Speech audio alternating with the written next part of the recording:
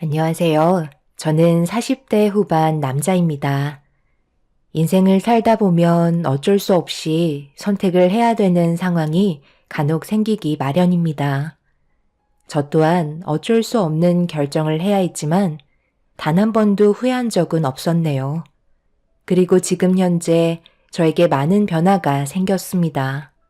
최근 몇 년간 있었던 일들에 대해 여러분들과 소통을 나누고 도움을 받아보고자 이렇게 사연을 신청하게 되었네요. 많은 분들께서 좋은 의견 남겨주시면 앞으로 제 인생에 도움이 될 것 같습니다. 결혼 생활한 지는 15년 정도 됐고, 연애 포함하면 20년의 세월을 아내와 함께 했었네요. 연애 기간이 꽤 오래되어서 장인 장모님께서 저를 친아들처럼 대해 주셨어요. 그때 당시 가진 게 없어도 건강한 몸뚱이 하나로 열심히 살면 뭐든 다 되는 줄 알았습니다. 그래서 쉬지 않고 땀 흘리며 앞만 보고 달려왔었죠. 그리고 어느 정도 안정자금이 마련이 되고 아내와 결혼을 할 수 있었어요. 오랜 기간 저를 봐오신 장인어른께서는 자기 딸을 굶길 것 같지는 않다고 저를 믿어주셨어요. 그렇게 아내와 함께 열심히 살면서 아들, 딸 둘 낳고 큰 기복 없이 순탄한 삶을 이어오고 있었습니다.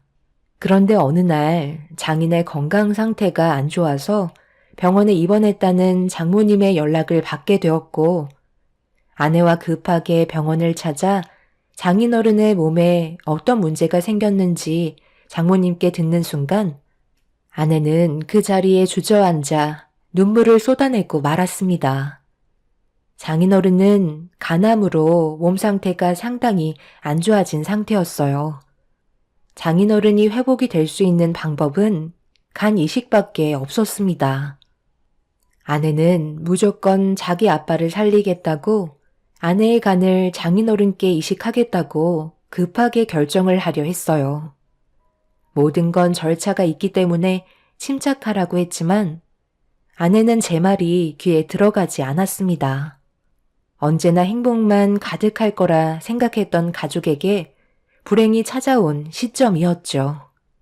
의사는 간 이식을 가족이 해줄 때 성공 확률이 제일 높고 부작용 또한 없다고 했지만 그렇다고 가족이 무조건 이식을 해줄 수 있는 것도 아니라면서 일단 적합한지에 대해 확인하기 위해 검사부터 진행하게 권장했어요.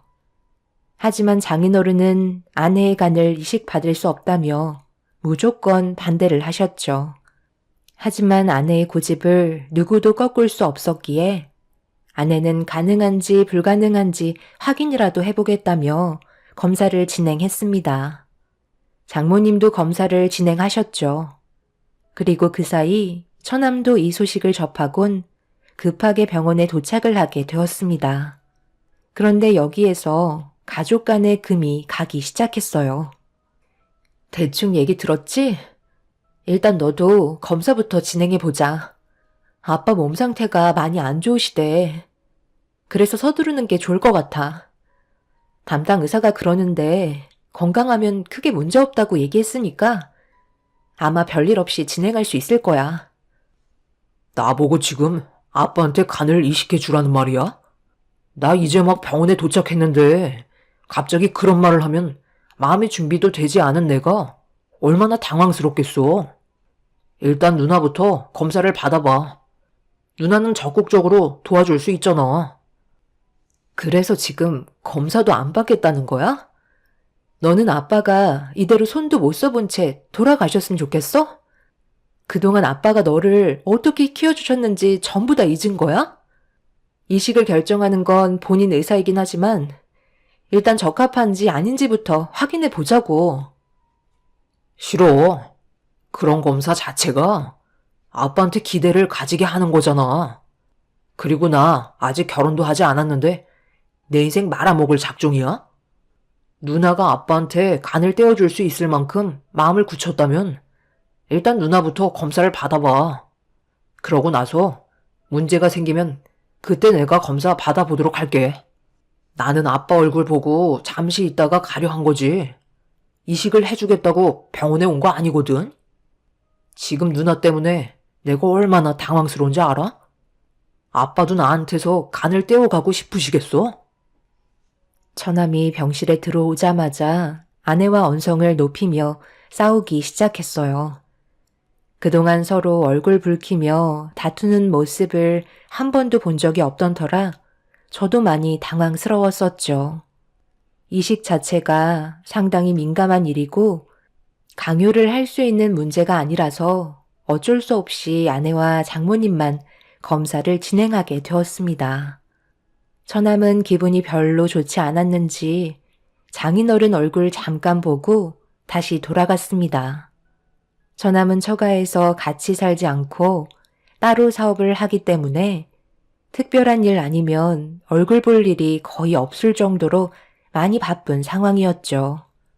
처남의 사업이 성공한 것도 장인어른이 뒤에서 많은 지원을 해주신 덕분에 자리를 잡을 수 있었는데 자기 부모님 앞에서 남보다 못한 태도를 보인 부부는 저도 기분이 좋지는 않았습니다.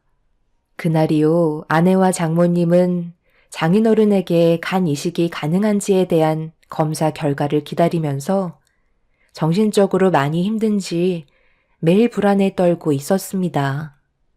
최대 10일의 기간이 소요된다고 했지만 아내와 장모님의 검사 결과는 3일 만에 통보받을 수 있었습니다. 의사도 크게 걱정하지 않아도 된다며 장모님은 몰라도 아내는 적합 판정받을 수 있을 거라 했었는데 의사에게 뜻밖의 말을 듣게 되었고 의사도 예상하지 못했는지 당황스러워 하셨어요. 아내가 지방간이 심한 건 아니지만 없는 건 아니기 때문에 간 이식에 적합하지 않다는 진단 결과를 가져오게 되었습니다. 그런데 장모님께서도 아내와 똑같이 지방간을 가지고 있더라고요. 장모님이 아내보다 좀 더 심한 상태였지만 둘 다 똑같이 간에 문제가 있다는 거에 저희 모두 할 말을 잃게 만들었습니다. 간이 안 좋은 것도 유전이냐고 물어보니 어느 정도 유전의 영향을 받을 수는 있지만 지방간의 경우 식습관에 문제가 있다며 생활 패턴에 대해 문제가 크다고 시간이 지나면 건강에 많이 안 좋을 수 있으니 앞으로 변화된 일상을 사는 게 건강에 도움이 될 것 같다는 의사의 말을 듣게 되었습니다. 그리고 체질에 대해 남들보다 선천적으로 간이 약할 수가 있다며 여러 가지 복합적인 상황들이 있기 때문에 광범위하게 보면 식생활과 꾸준한 운동이 간의 건강을 지킬 수 있는 유일한 방법이라고 설명을 해 주셨네요. 결과적으로 아내와 장모님은 간을 이식해 줄 수 있는 공여자가 되지 못했습니다. 아내는 한치의 망설임도 없이 처남에게 전화를 걸었고 적합하지 않다는 판정이 나와 처남이 바로 검사를 받아봐야 된다고 설득을 시키려 하고 있었어요. 한참 동안 대화한 끝에 아내는 처남이 검사를 받을 수 있게 만들었고 어쩔 수 없이 등 떠밀려 검사를 하게 되면서 며칠 뒤 처남은 적합하다는 판정을 받을 수 있었죠. 아주 건강한 간으로서 당장 장인어른에게 이식해 줄 수 있는 몸 상태였어요. 당연히 아내는 서둘러 수술을 진행하길 원했는데 처남의 생각은 그렇지 못했었네요. 아빠가 얘기해 보세요. 제 간을 가지고 싶어요? 굳이 결혼도 하지 못한 아들의 간을 떼가고 싶으신 거예요? 내가 언제 너한테 간을 떼달라고 했냐? 그렇게까지 하면서 살고 싶지 않다. 내 자식의 간을 어떻게 받을 수가 있겠어? 누나, 아빠 말 들었지? 내가 만약 결혼을 해서 자식이 있는데 아빠처럼 몸에 문제가 생겨서 기증을 받아야 되는 상황이 생긴다면 나는 무조건 내 자식한테 무엇이 됐든 받지 않을 거야. 나는 누나랑 생각이 전혀 다르다고. 그래서 아빠가 이대로 세상을 떠나셔도 괜찮다는 거야? 뇌사자 기증자를 기다리려면 얼마나 오래 걸리는 줄 알아? 그 전에 아빠한테 더 큰 문제가 생기면 어떡하라고. 아직까지 암이 다른 곳으로 전이가 되지 않았대. 이식만 성공적으로 끝내면 앞으로 충분히 건강해질 수 있다고 의사가 그랬는데 정말 아빠를 이렇게 보낼 거야? 그럼 너는 마음이 편할 것 같니?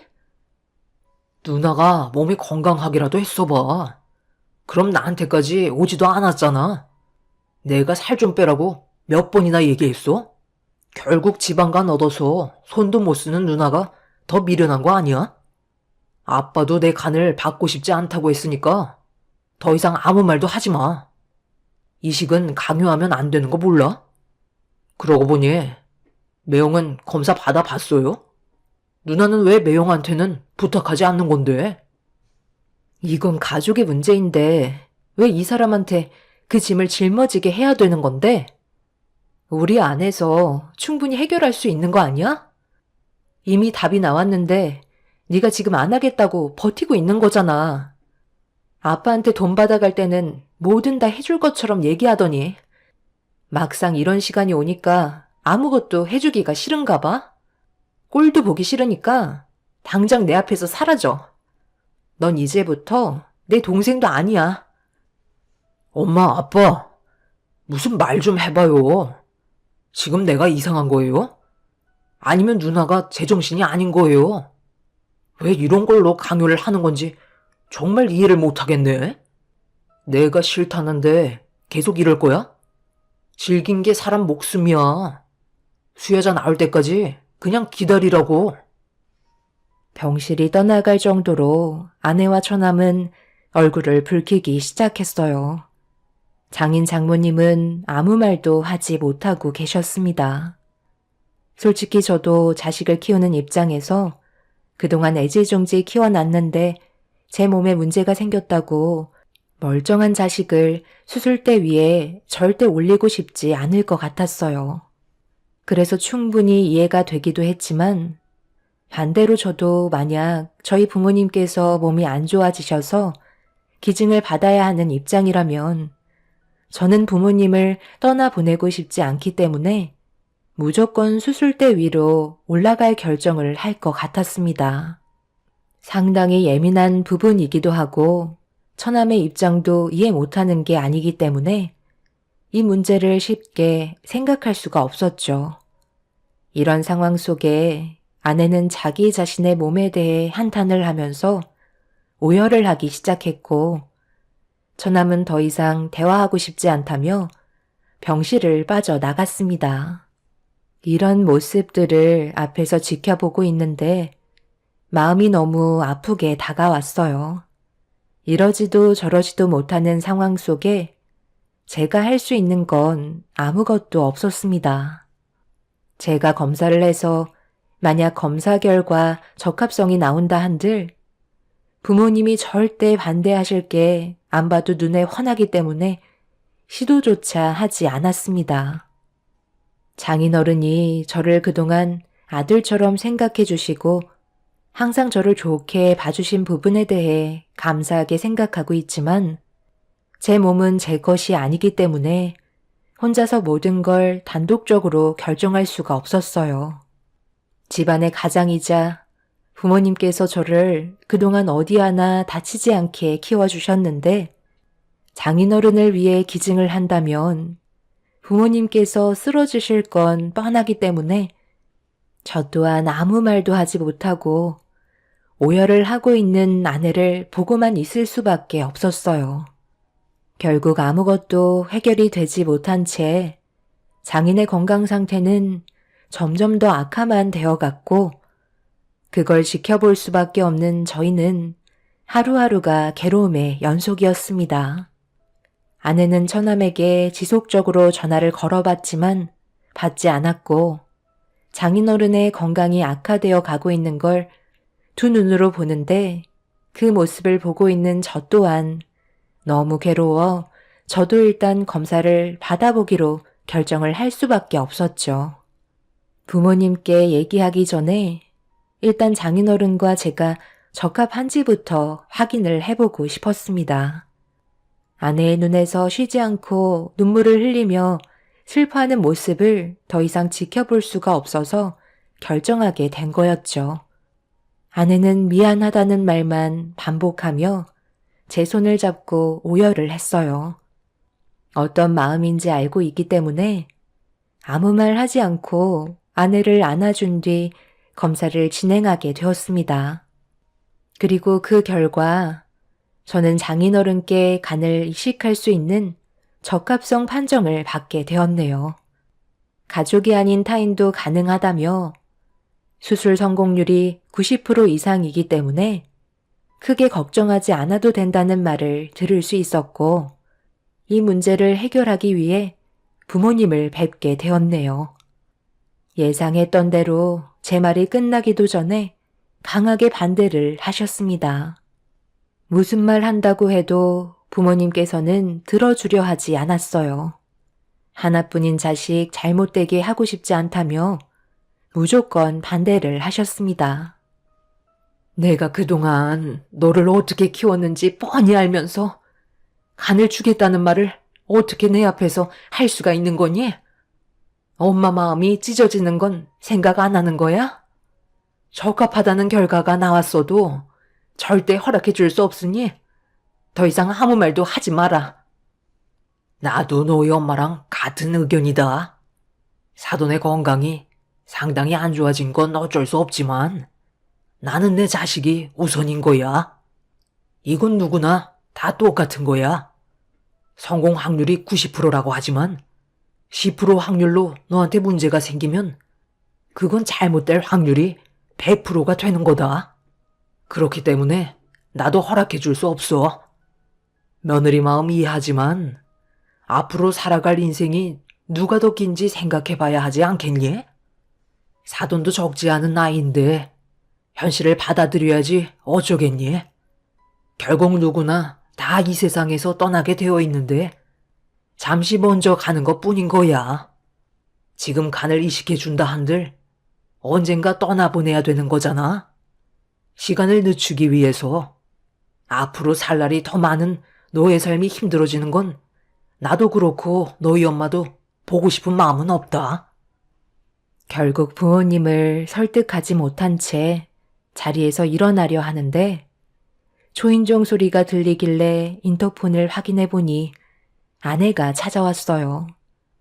안 좋은 말을 듣게 될 게 뻔해서 데리고 오지 않았었는데 아내는 욕먹을 각오를 하고 찾아온 거였죠. 그리고 예상했던 대로 부모님께서는 제 아내에게 안 좋은 말들을 늘어놓으셨어요. 당연한 결과였습니다. 누구 하나 잘못된 게 아니었어요. 부모로서 자식이 아픈 걸 보고 싶지 않은 거고 자식으로서 부모와 함께하고 싶은 마음이니 어쩔 수 없는 상황이었죠. 네가 아무리 얘기한다 한들 우리의 대답은 변함이 없다. 너희 애비를 살리겠다고 내 눈에서 피눈물 흘려야 되겠니? 서운하게 생각할 필요도 없고 절대 원하지 않는 거니 더 이상 이 문제로 우리를 설득시키려 하지 마라. 아버님, 어머님, 정말 죄송해요. 제가 무슨 할 말이 있겠어요. 저라도 똑같은 마음이었을 거예요.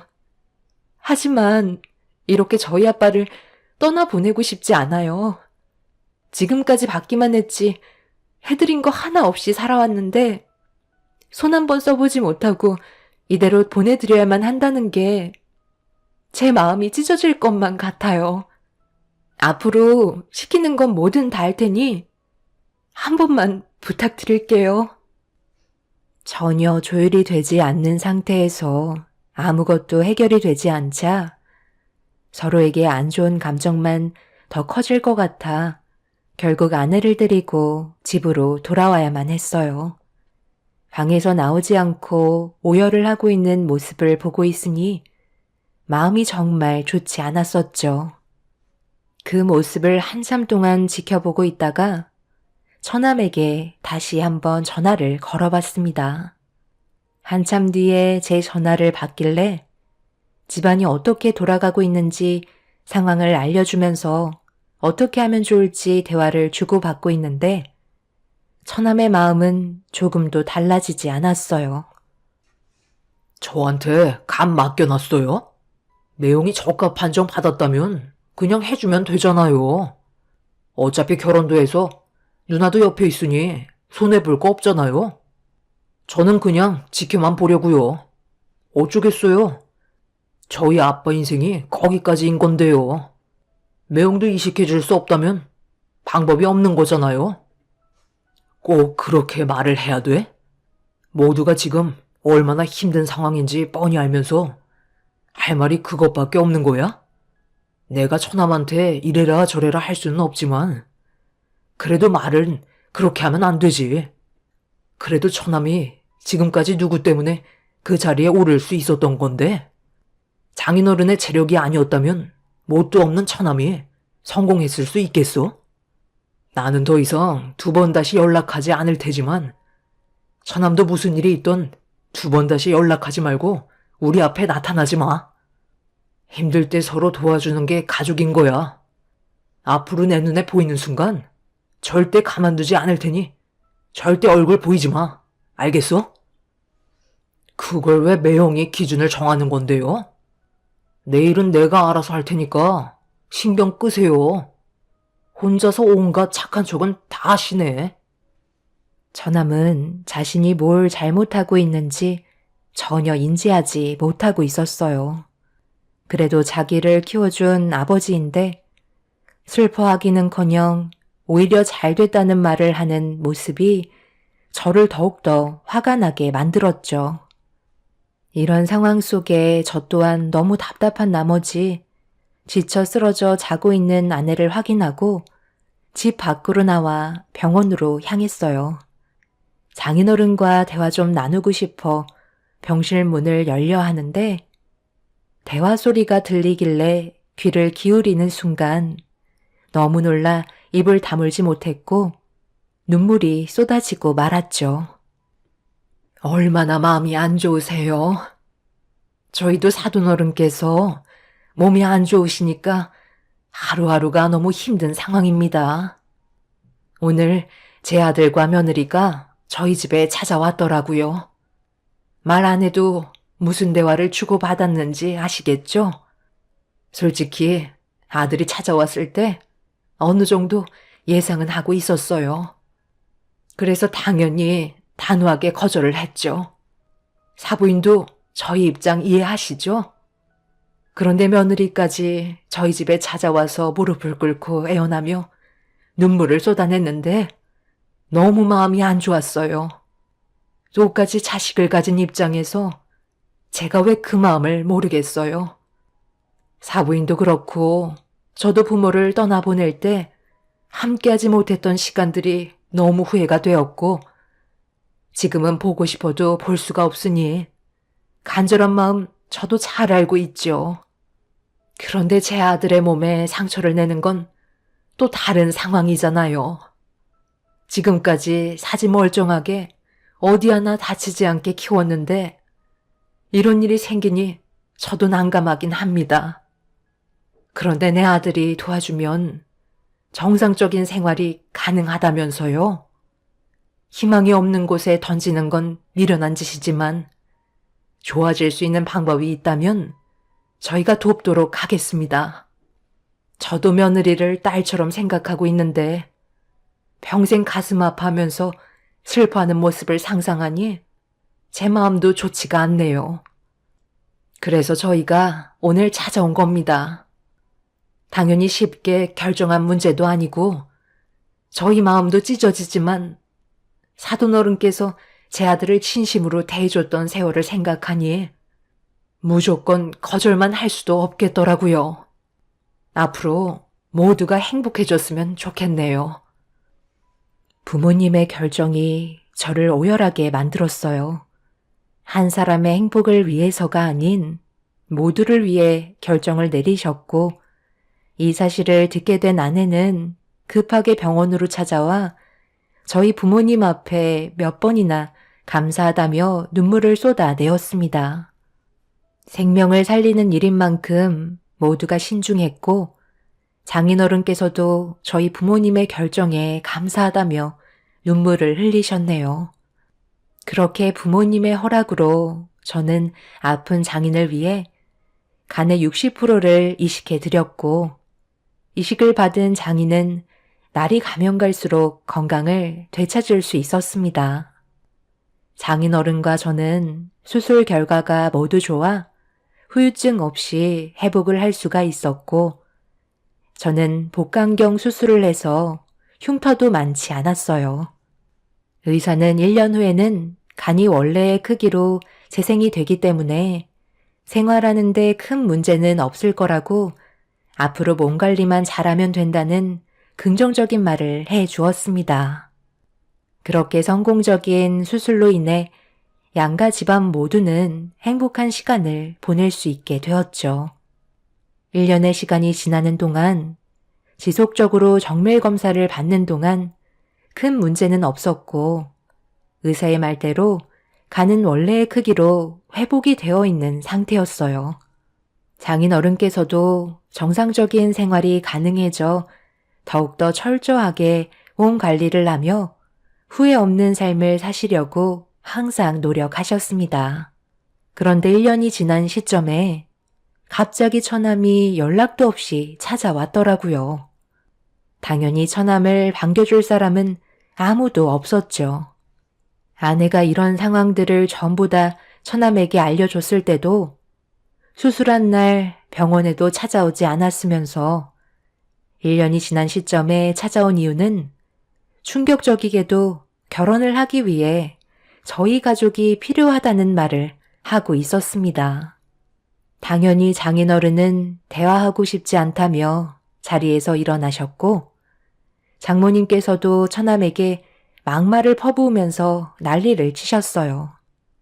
아내는 처남의 얼굴에 손을 올려붙이며 당장 나가라고 동네가 떠나갈 정도로 소리를 질렀습니다. 하지만 처남은 뻔뻔하게도 결혼을 서둘러야 한다며 상견례부터 잡을 거라고 혼자서 모든 걸 계획하고 있었어요. 정말 할 말도 없었고, 처남의 그런 모습이 모두를 더욱더 분노하게 만들었습니다. 그런데 등을 돌리셨던 장인어른께서 원하는 결혼하게 해주겠다며 상견례 날짜 잡으라는 말을 하시길래 아내와 장모님은 경악을 하며 화를 냈지만, 장인어른께선 그래도 자식인 걸 어쩌냐며 그렇게 처남을 돌려보냈어요. 장모님과 아내는 무슨 생각으로 그런 거냐고 물어보면서도 한편으론 장인의 건강이 악화될까봐 불안해하고 있었어요. 스트레스가 몸에 안 좋은 영향을 끼치기 때문에 더 이상 분위기를 험악하게 만들 수는 없었습니다. 깊은 고민에 빠지신 장인어른을 보면서 저희는 그 뒤를 따라갈 수밖에 없었고, 결국 상견례까지 하고 예식 날짜까지 잡고 말았습니다. 장인어른은 아무렇지 않은 듯 행동하시는 모습이 이해되지 않았지만 묵묵히 지켜볼 수밖에 없었어요. 그렇게 예식 당일 모두가 모여 출발을 하려는데 장인어른께서 부르시더니 갑자기 저를 빼고 예식장에 가겠다는 말씀을 하셨습니다. 납득이 되지 않아 이유를 여쭤보니 저까지 예식장에 가는 건 집안의 품격을 떨어뜨리는 일이라고 괜히 저한테까지 안 좋은 모습을 보이고 싶지 않다는 말을 하셨죠. 장인어른은 나중에 연락하겠다는 말을 하시곤 택시를 타고 장모님과 아내를 데리고 예식장으로 출발을 하셨습니다. 아내도 영문도 모른 채 장인어른을 따라가긴 했지만 몸이 온전치 않으셔서 큰 문제가 생길까봐 그래도 있을 순 없어서 처가 식구들을 뒤따라 갔습니다. 그렇게 예식장에 도착해 상황을 살피고 있는데 이미 결혼식은 진행이 되고 있었죠. 뒤에서 지켜보고 있는데 처남의 사돈분들께서 장인어른의 건강을 걱정하셨는지 특별히 중역 좌석을 마련하셨고 서로 웃음을 주고받으며 자리에 앉으신 장인어른을 보고 가까이 다가가 그 중역 좌석 쪽에 조용히 앉아 있는데 갑자기 예식장 앞에 대형 스크린에서 영상 하나가 재생이 되더니 충격적이게도 엄청난 광경이 눈앞에 펼쳐지고 말았습니다. 순식간에 식장은 아수라장이 되었고 처남과 장인어른의 대화가 시작되었죠. 내가 널 모르는 것도 아니고 굳이 결혼식 하나 하겠다고 인연을 끊었으면서 1년 만에 내 앞에 나타난 이유가 뭐야? 아빠, 제가 호구 하나 잡았어요. 집안이 돈은 많은데 여자가 골이 비었어. 지금이 내 인생에 절호의 기회라니까요. 아빠는 그냥 자리만 채워주고 가면 되는 거예요. 나중에 수고비는 드릴게. 그러니 아무 말 하지 말고 조용히 지나가 주세요. 아들이 부탁하는 건데 들어줄 수 있는 거잖아. 나도 이제 제대로 된 삶을 살아봐야죠. 그래서 제가 하던 사업도 다 정리했어요.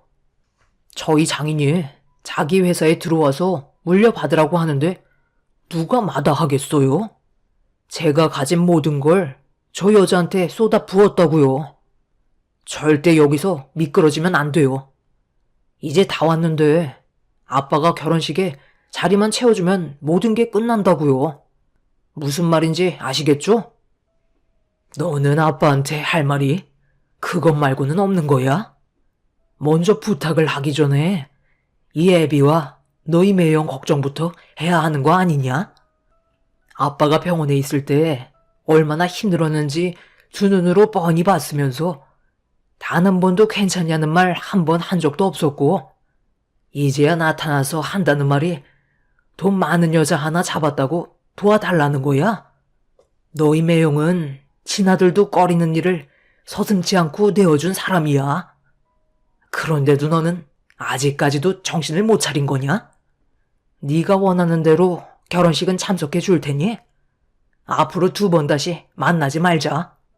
아빠는 앞으로 너를 내 자식으로 생각하지 않으마. 아플 때 옆을 지켜주는 사람이 진정 가족이라 했거늘. 너는 남보다 못한 존재다. 대형 스크린에 나온 영상을 모두가 보게 되었고 처남은 영상을 내리라며 소리를 질렀어요. 장인어른의 행동에 결혼식이 물거품이 되어버리자 처남은 화가 머리끝까지 올라왔는지 장인어른의 멱살을 잡으며 일으켜 세웠습니다.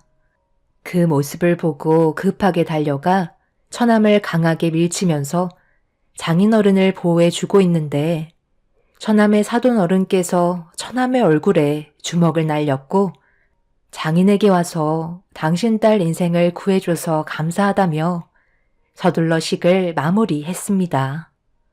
처남은 온갖 변명을 늘어놓으면서 사돈 어르신을 붙잡으려 했지만 이미 상황은 끝나고 말았죠.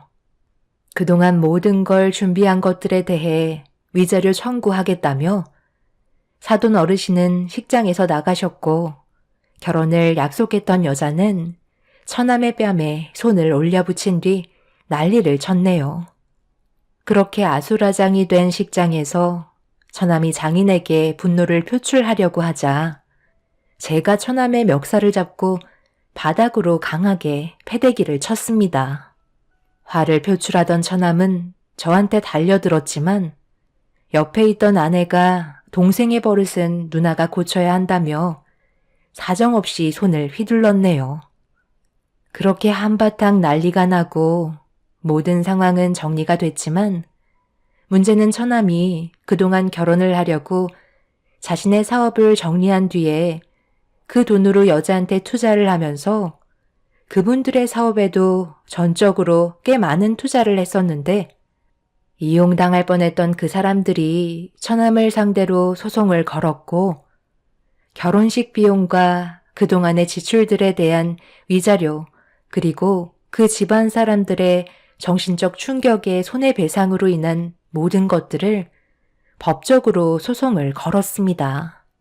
결국 처남은 가진 거 하나 없이 빈털터리 상태에서 장인에게 도움을 요청해야 했지만 처남의 부탁을 거절했고 결국 처가에서 내쫓기고 말았네요.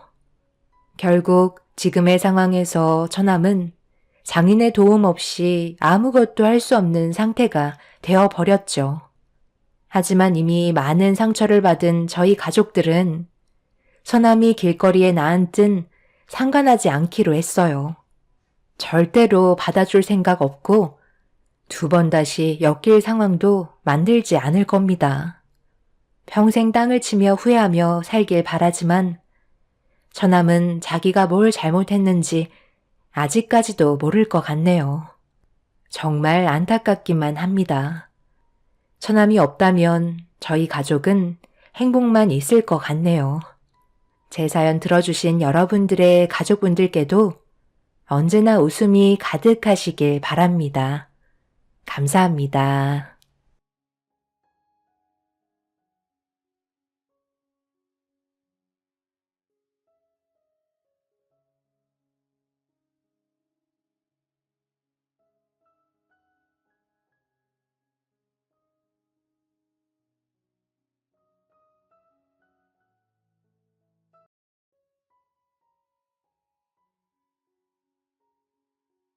안녕하세요. 저는 40대 중반 여자입니다. 늦은 새벽 잠도 안 와서 창밖을 보고 있는데 눈이 내리고 있더라고요. 흩날리는 눈들을 보고 있는데 갑자기 작년에 경험했던 아픈 기억이 떠올라 제 눈시울을 붉어지게 만들었네요. 2번 다시 떠올리고 싶지 않을 만큼 충격적인 일들이라 아직까지 마음의 상처가 전부 아물지 않은 상태입니다. 사람이 얼마나 추락할 수 있는지 볼 수 있던 끔찍한 날들이었어요. 사건이 시작된 건 사라지지 않는 전염병 때문에 저희 아빠가 한평생 이끌어오신 사업에 지장이 생기는 상황이 생겼었어요. 시간이 지나면 좋아질 수 있을 거라 믿고 힘들게 버텨왔었는데 결국 아빠의 사업은 무너지고 말았죠. 저희 가족뿐만 아니라 많은 자영업자 분들께서 이번 사태로 인해 폐업하게 되는 안타까운 일들이 많이 생겼다는 소식을 접할 수 있었습니다. 저희도 피해갈 수 없었고 한순간에 아빠가 읽어놓은 것들이 전부 무너지게 될 거라곤 아무도 상상하지 못했습니다. 그동안 살아온 인생에 굴곡 없이 완만했었는데 경험해 본 적 없던 일들로 인해 어떻게 대처해야 할지 몰라 집안은 난리가 나기 시작했어요. 이런 상황 속에 시댁 쪽에서도 저희 집안이 무너지고 있는 걸 보고 많이 당황스러워 하셨죠. 도움을 받을 수 있을 만큼의 금액도 아니기 때문에 시댁에 도와달라고 얘기하지도 않았었어요. 저희 가족들 때문에 시댁에까지 문제가 생기게 되면 그게 더 안 좋은 영향을 끼칠 것 같았거든요. 그동안 살면서 몰랐던 게 빚이라는 게 정말 무섭더라고요. 압박 전화는 기본이고 집안의 모든 물건들에 압류물표가 붙는 순간 앞으로 어떻게 살아갈지 걱정이 되는 게 아닌 앞으로 살아갈 수 없을 것 같은 느낌이 들었었어요. 매일 불안한 상황 속에서 제가 유일하게 기댈 수 있는 건 남편 하나뿐이었는데 아빠가 가지고 계신 120억 정도 되는 상가 건물까지 경매로 넘어갔다는 걸 알게 된 순간 남편은 제가 알던 사람이 아니었습니다. 결혼 생활 10년 하면서 처음 보는 모습에 할 말을 잃었었네요. 그래도 그렇지. 어떻게 그런 말을 할 수가 있어? 우리 아빠가 한평생 이끌어왔던 사업이 무너질 거라고 예상이나 하셨겠어?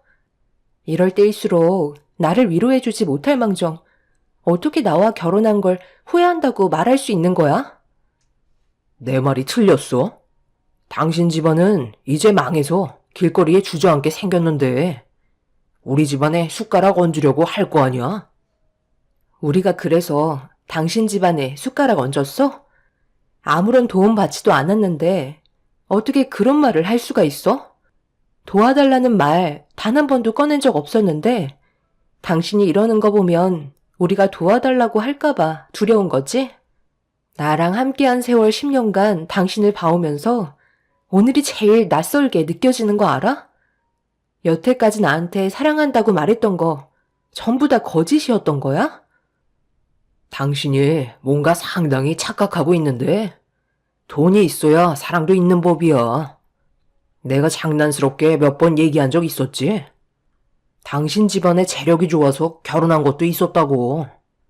그 말을 정말 장난으로 받아들였던 건 아니지? 돈이 있어야 행복도 뒤따르는 법이야. 당신 집안 봐봐. 지금 남아있는 거 쥐뿔도 없어서 매일 불안에 떨며 살고 있잖아? 그런 모습을 내가 언제까지 지켜봐야 한다는 건데? 우리 부모님께서 회복하지 못할 것 같으면 결혼 생활 다시 생각해보라고 하셨어. 뭐라고? 시부모님께서 당신한테 이혼하라는 말을 꺼내셨단 말이야? 그동안 우리 집안이 당신한테 어떻게 했는지 뻔히 알면서 어떻게 그런 말을 아무렇지도 않게 하실 수 있는 건데? 나는 그 말을 받아줄 수 없으니까 다시는 입 밖으로 꺼내지 마. 우리 집안도 고민하지 않고 결정 내린 거 아니야. 결국 어쩔 수 없이 우리 집안에 손 벌릴 게 뻔한데 뭐하러 손해나는 짓을 하냐고. 나는 부모님 말대로 당신이랑 이혼할 테니까 정리해줬으면 좋겠어. 지금보다 삶이 좋아져야 하는데 거꾸로 가는 걸 누가 원하겠어? 괜히 이혼 안 해주고 고집 부렸다가 우리 부모님한테 괜한 상처받지 말고 조용히 갈라서도록 하자고. 그럼 우리 아들이 받는 상처는 어쩌고? 당신은 왜 혼자만 생각해? 아빠가 어떻게든 해결한다고 했으니까 좀 기다려보면 안 돼? 지구멍도 벼뜰 날이 있다잖아. 아빠가 어떻게든 회복시킬 거니까 극단적인 생각 안 해줬으면 좋겠어. 남편은 저희 집안이 무너지는 모습을 보고 더 이상 얻을 게 없다고 생각했었는지 저와의 관계를 그만 이어가려 하고 있었어요. 그때 당시 그 말을 들었을 때 너무 큰 배신감이 느껴졌었죠. 아빠는 그래도 남편이 사이라고 무언가 시도하려고 할 때 뒤에서 적극적으로 금전적인 도움을 주셨었는데 반대로 우리가 도움이 필요할 때는 손을 내밀어 주지 않았습니다. 이 문제를 해결하기 위해서는 직접적으로 시부모님을 뵈야 할 것 같았어요. 너무 극단적으로 생각하시는 건 문제가 있다 생각했었죠. 남편은 시부모님을 뵈도 달라질 게 없다며 괜히 시댁에 가서 안 좋은 말만 듣고 돌아오지 말고 그냥 서류에 도장 찍으라고 얘기했지만 힘들게 이끌어왔던 10년간의 가정을 깨고 싶지 않았습니다. 그래서 시부모님과 최대한 좋게 해결하려고 찾아가게 되었죠. 여기 와봤자 소용없다니까. 괜히 서로 힘 빼지 말고 그냥 내 아들과 조용하게 갈라서는 걸로 해라. 너희 집안 때문에 우리까지 지금 얼마나 피곤한지 아니? 너랑 입 아프게 얘기하고 싶은 생각 없으니까 그냥 돌아가라. 나는 내 아들 인생 망치는 꼴 보고 싶지 않다. 있을 때나 며느리 대우해줬지. 땡전 한 푼 없는데 굳이 며느리 떠받들 필요가 뭐가 있겠니? 어머님, 저는 아직까지 이혼을 생각해 본 적 단 한 번도 없었어요. 그리고 어려울 때일수록 서로 머리 맞대고 방법을 찾아주는 게 그게 가족 아닌가요? 단순히 돈 때문에 이러시는 건 너무 억지스러운 것 같아요. 제발 어머님이 그의 마음 좀 잡아주세요. 어머님 손자가 상처받았으면 좋겠어요? 저는 아빠가 분명히 모든 걸 해결해 줄 거라 믿고 있다고요. 빨간 딱지 붙었으면 끝인 거지. 빚도 어마무시하다면서 뭘 해결해? 그냥 길거리에서 동냥이나 하면서 살거라.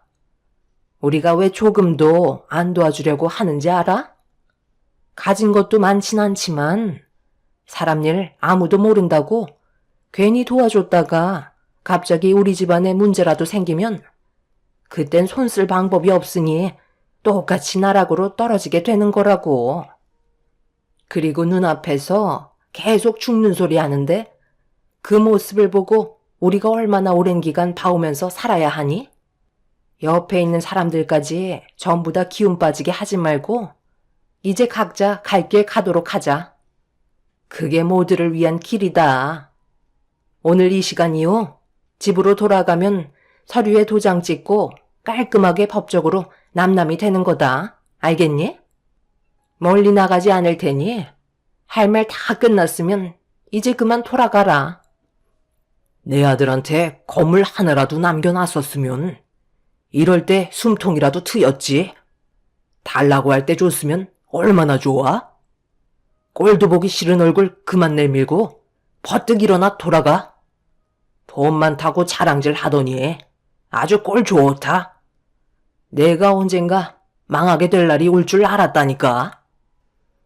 어느 정도 예상은 했었지만 시부모님은 제가 알던 분들이 아니었어요. 정말 처음 보는 모습이라 당황스러웠고 믿을 수 없을 만큼 시부모님의 행동들은 저에게 너무 큰 실망을 안겨주었네요. 그래도 제가 진심으로 다가가면 어느 정도 제 마음을 헤아려 주실 줄 알았는데 조금도 저를 생각해 주지 않으셨어요. 결국 아무것도 얻지 못한 채 욕만 한 바가지 얻어먹고 집으로 돌아와야만 했죠. 아빠의 사업이 무너지기 전에 시부가 50억 정도 되는 건물을 사위에게 줘도 되지 않냐고 말씀하신 적이 있으셨어요. 솔직히 너무 억지스럽다고 생각했었죠. 아무리 제 남편이고 사위라 해도 아무런 조건 없이 50억짜리 건물을 누가 그냥 주겠어요. 그렇다고 남편이 저희 부모님께 잘한 것도 아니었어요. 필요할 때만 전화해서는 도와달라고 손을 내밀었었죠. 시댁보다 우리 집안이 더 잘 살았기 때문에 남편은 사업을 하려 해도 자기 부모님께 손을 벌리기보다 저희 부모님께 손을 벌렸어요. 저는 그런 남편의 행동이 좋게 다가오지 않았었지만 그래도 집안의 가장으로서 한번 해보겠다는 건데 무조건 거절하는 것도 아닌 것 같아 부모님의 도움을 받은 적이 몇 번 있었는데 남편은 항상 이번에는 무조건 성공할 수 있다며 시작했던 사업들이 전부 다 무너지고 말았습니다. 그래서 아빠가 몇 번 도와준 뒤로는 더 이상의 기대를 하지 않으셨는지 그 뒤로 남편을 금전적으로 도와주지 않으셨죠. 저도 그게 당연한 거라고 생각했었어요. 노력 없이 일군 사업을 금방 실증 내며 다른 걸 알아보는 남편의 행동들은 확실히 잘못된 게 맞았기 때문에 계속해서 투자해봤자 손해만 볼 수밖에 없다는 걸 저희 가족뿐만 아니라 주변 사람들도 전부 다 알고 있었습니다. 결국 아빠가 도와주지 않으니 다시 월급쟁이로 돌아갔는데 그걸 시부모님께서 안 좋게 생각하셨던 거죠. 그래서 시부가 그냥 남편에게 건물 하나 주고 관리할 수 있게 해달라며 저 몰래 따로 만나기까지 하셨습니다. 하지만 아빠는 단호하게 거절하셨고 그날 이후부터 시댁 집안은 저희가 도와준 건 전혀 생각하지 않고 계속해서 뒤에서 아무것도 해주지 않는 저희 부모님께 불만을 가지고 있었습니다. 그러다 아빠의 사업이 무너지게 되자 시부모님께서는 더 이상 가족으로서 관계를 만들어갈 이유가 없다고 생각하셨던 거죠. 남편이 항상 실패를 해도 잘 될 수 있을 거라며 저는 언제나 응원을 해줬었는데 정작 남편은 좋아질 수 있으니 마음 편히 가지라는 말 한마디보다 이혼하자는 말이 우선적으로 나와서 정말 많은 상처를 받았었네요. 그날 이후 한 공간에 있는 것조차 너무 힘들었고 어쩔 수 없이 친정집에서 제 아들과 함께 지낼 수밖에 없었어요. 그리고 부모님께서 남편과 저와의 사이까지 안 좋아진 걸 아시곤 정신적으로 많이 힘들어 하셨습니다. 아빠는 남편의 행동에 많이 실망을 하셨지만 그래도 대화를 해보는 게 좋을 것 같다며 남편을 친정으로 불러들였고 그렇게 한자리에 모여 진지하게 대화를 이어나갔어요. 남편은 그동안 서운했던 게 많았는지 입에 모터를 단 것 마냥 아빠에게 불만을 쏟아내며 온갖 막말을 퍼부었습니다. 아빠가 능력이 있었을 때는 한 번도 찍소리 한 적 없었는데 더 이상 가진 게 없다는 이유 하나만으로 남편의 태도는 180도 달라진 상태로 얼굴을 붉히며 목소리를 높였죠. 그러니까 제가 건물 달라고 했을 때 주셨으면 어느 정도 숨은 돌릴 수 있었겠죠. 장인어른, 제 말이 틀렸나요? 내가 그동안 자네한테 얼마나 많이 도와줬었는지 벌써 까먹은 거야? 이것저것 해보고 싶다고 했을 때 나한테 항상 뭐라고 그랬어? 내 딸의 남편이자 집안의 가장으로서 성공하는 모습 보여주고 싶다며 도와달라고 했었잖아. 솔직히 나는 자네의 그릇을 알고 있음에도 내 딸을 위해서 믿고 지원해 줬었는데 내가 사업이 망하고 주저앉으니까 내 딸과 이혼하겠다고? 우리가 그동안 자네한테 했던 것들은 머릿속에서 지워버린 거야? 자네가 내 딸이랑 이혼한다고 달라질 게 뭐가 있을 것 같은데? 그래도 내 딸 옆에 붙어 있었으니까 사람 대접 받으면서 살았던 거야? 고마운 줄 모르고 이런 식으로 배신을 때려? 지금 해결할 수 있는 여러 가지 방법을 생각하고 있으니까 내 딸에게 그만 상처 주게. 나도 마음 같아서는 자네와 이혼하게끔 만들고 싶네만 그동안 힘들게 꾸려온 가정이 나 때문에 무너지는 건 볼 수 없으니 기다려 보도록 하게. 기다리면 뭐가 달라지나요? 장인어른 말씀을 참 웃기게 하시네요. 제 그릇을 알고 있었다고요? 저를 얼마나 안다고 그런 말을 하시는 거죠? 그리고 지금 상황에서 뭘 어떻게 해결하실 수 있는데요? 지금 꼴을 보세요. 으리으리한 저택에서 떵떵거리며 사시다가 좁아터진 투룸 하나 겨우 얻어 한 가족이 모두 모여 붙어서 살고 있잖아요. 이런 상황 속에 해결 방법을 찾겠다고요?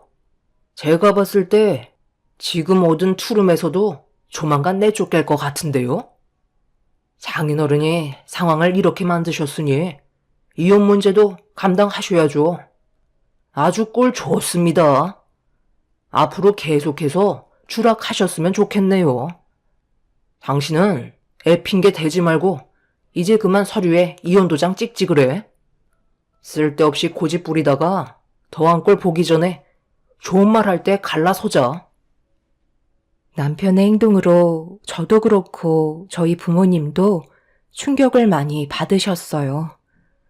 부모님이 많은 재산을 가지고 계셨을 때와 무너졌을 때 남편의 태도는 하늘과 땅 차이였습니다.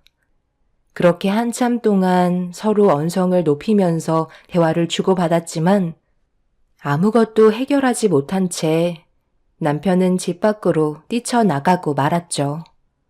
제 아들도 처음 보는 자기 아빠의 모습에 많이 놀란 듯 자지러지게 눈물을 흘렸지만 남편은 눈 하나 깜빡하지 않았습니다.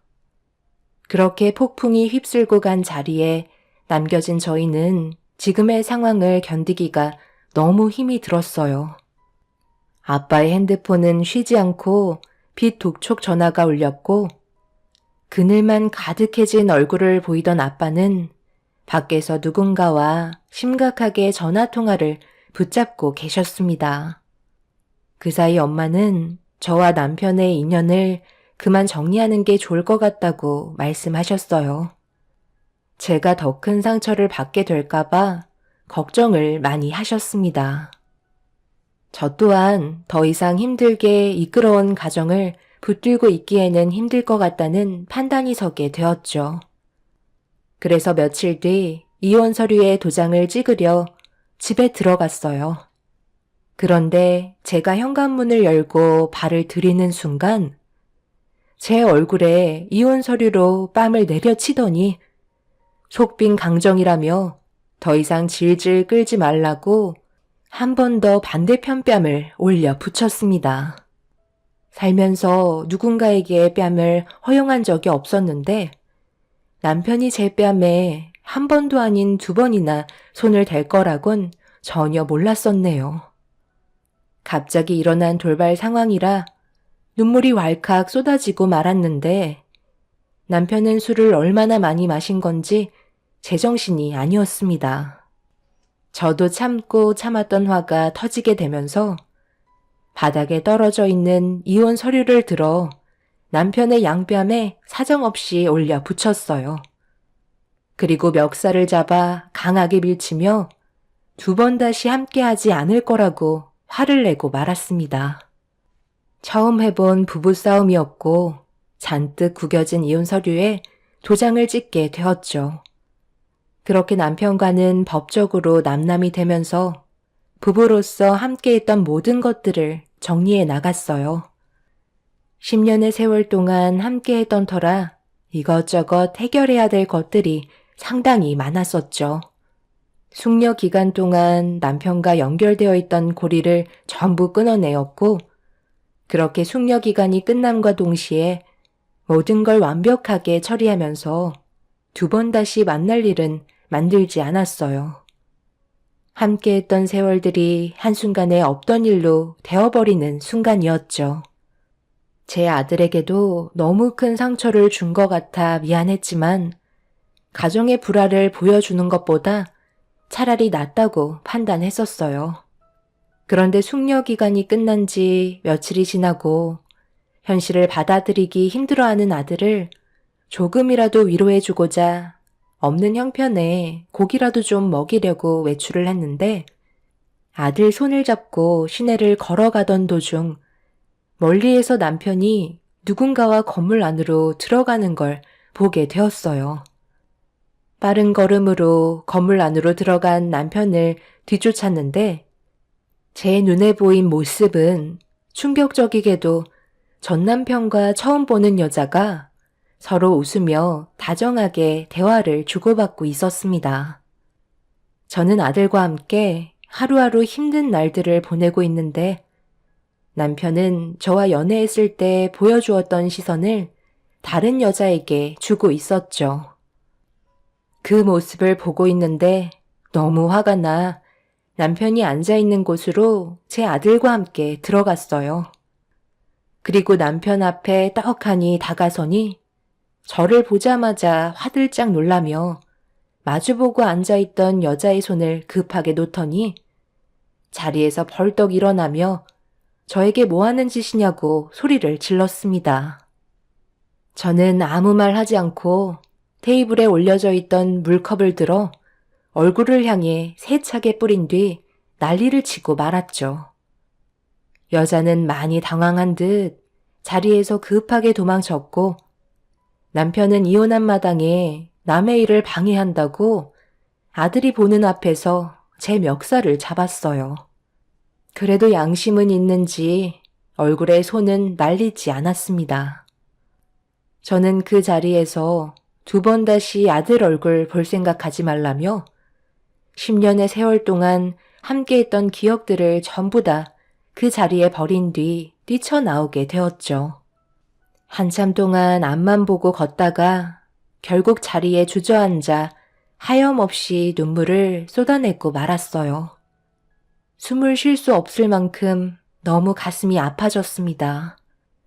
남편은 저와 이혼하기를 기다렸다는 듯 숙려 기간이 끝나자마자 다른 여자를 만날 생각을 하고 있었다는 게 저는 너무 큰 충격으로 다가왔었어요. 그 전부터 다른 여자를 만나고 있었을지 모르지만 그동안 함께했던 날들을 아무것도 아닌 것 마냥 다른 여자에게 눈웃음 치는 남편이 너무 소름이 돋았었네요. 주저앉아 괴로워하고 있는 저를 위로해 주는 건 제 아들밖에 없었어요. 아들 입에서 아빠가 나쁘다며 두 번 다시 보고 싶지 않다고 얘기하는데 10살밖에 안 된 아들에게 너무 큰 상처를 준 것 같아 미안하다는 말을 반복할 수밖에 없었습니다. 이런 상황들이 저를 더 독하게 만들었는지 할 수 있는 일들은 가리지 않고 일을 했어요. 엄마는 집안일을 하면서 제 아들을 돌봐주셨고 아빠와 저는 다시 일어나기 위해 밖에서 쉬지 않고 뛰어다녔습니다. 그렇게 몇 달의 시간이 지나는 동안 달라진 건 아무것도 없었지만 저희 가족은 서로 더욱더 끈끈해지면서 가족이 무엇인지 알 수 있었죠. 피를 나눈 가족 말고는 그 누구도 믿을 사람 없다는 걸 알게 돼서 그런지 저희 가족에는 더 두터워졌었네요. 잘 될 거라는 희망 하나로 열심히 살고 있는데 모두가 함께 모여 저녁 식사를 하던 어느 날 아빠의 핸드폰에 전화가 울렸고 아빠는 기다렸다는 듯 급하게 조용한 곳에서 전화를 받았어요. 한참 동안 대화를 주고받던 도중 아빠는 몇 번이나 감사하다는 말을 반복했고 전화를 끊자마자 또다시 어디론가 급하게 전화를 하셨어요. 그렇게 한참 동안 바쁘게 움직이시던 아빠는 숨을 돌리시며 다시 자리로 돌아오셨고 다시 일어날 수 있는 길이 열렸다며 기뻐하시더니 눈물을 쏟아내셨습니다. 아빠가 운영하시던 사업의 아이템을 해외로 수출하기 위해 그동안 흩어져 있던 직원들과 여러 방법을 동원해 거래처를 알아보게 되었고 발품을 팔며 노력한 결과 아빠와 계약을 하겠다던 해외 업체가 생기면서 계약금을 받을 수 있게 되었습니다. 그동안 많은 고생을 하셨던 아빠의 얼굴은 밝아지셨고 그렇게 무너졌던 것들을 다시 일으켜 세울 수 있었어요. 비록 전부 다 회복이 된 건 아니었지만 빚을 갚을 수 있었고 정상적인 생활이 가능하다는 거에 감사할 뿐이었어요. 그리고 경매로 넘어갔던 상가 건물도 다시 되돌려 놓을 수 있게 되었죠. 아빠는 다시 되돌려 받은 상가 건물을 제 명의로 주겠다며 법무사를 통해 일 처리를 하고 있는데 사람이년 질기다고 법무사가 내 호칭을 부르며 상가 건물 명의 이전 처리가 완료됐다는 말을 전해주는 순간 남편이 그걸 몰래 듣고 있었습니다. 뭐가 어떻게 된 거야? 지나가다가 당신이 차에서 내리길래 이상해서 쫓아와 봤는데 상가 건물 명의 이전이 당신으로 변경이 됐다고? 장인어른 사업이 망했는데 당신이 꽤 비싼 차를 가지고 있어서 뭔가 느낌이 안 좋아서 뒤따라와 봤는데 설마 장인어른이 다시 사업을 일으켜 세우신 거야? 엄청나게 많은 빚에 주저앉았었는데 이렇게 되면 말이 달라지잖아. 뭐가 달라지는데? 당신이랑 나랑 이혼한 지 벌써 1년이 넘었어. 우린 완벽하게 남남이라고. 그동안 우리 아빠가 얼마나 힘들었는지 알아? 그 노력을 생각하면 아직까지도 나는 눈물이 흐를 정도야. 당신이 나한테 그런 식으로 행동하고 나서 아빠는 이를 악물고 무너진 사업을 다시 일으켜 세우기 위해 잠 한숨 안 주무시면서 뛰어다녔어. 그리고 다시 한번 기회가 생긴 거였고. 그런데 당신은 우리 집안을 어떻게 생각했어? 더 이상 일어날 수 없다고 판단하면서 가족이었을 때 남보다 더 못한 사람 취급하며 온갖 상처되는 말로 우리에게 아픔을 줬잖아. 나한테 다시 시작하자거나 쓸데없는 말 꺼내지도 마. 듣기 싫으니까.